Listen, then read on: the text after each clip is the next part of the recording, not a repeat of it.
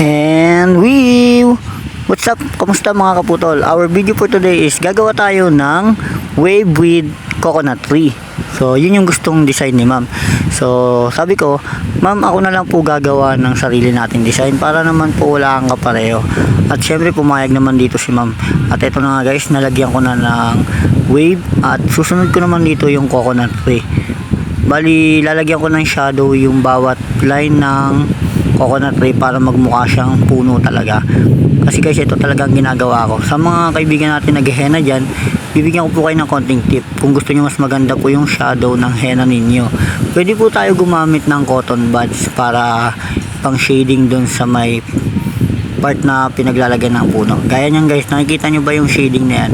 At pagkatapos ng shadingan, tapos balikan natin ulit siya ng konting black. At syempre, tapos na natin siyang balikan ng black. Ngayon, susungkit-sungkitin natin yung bawat part ng pinagliningan ng puno para magmukha talagang realistic yung puno na ginagawa natin.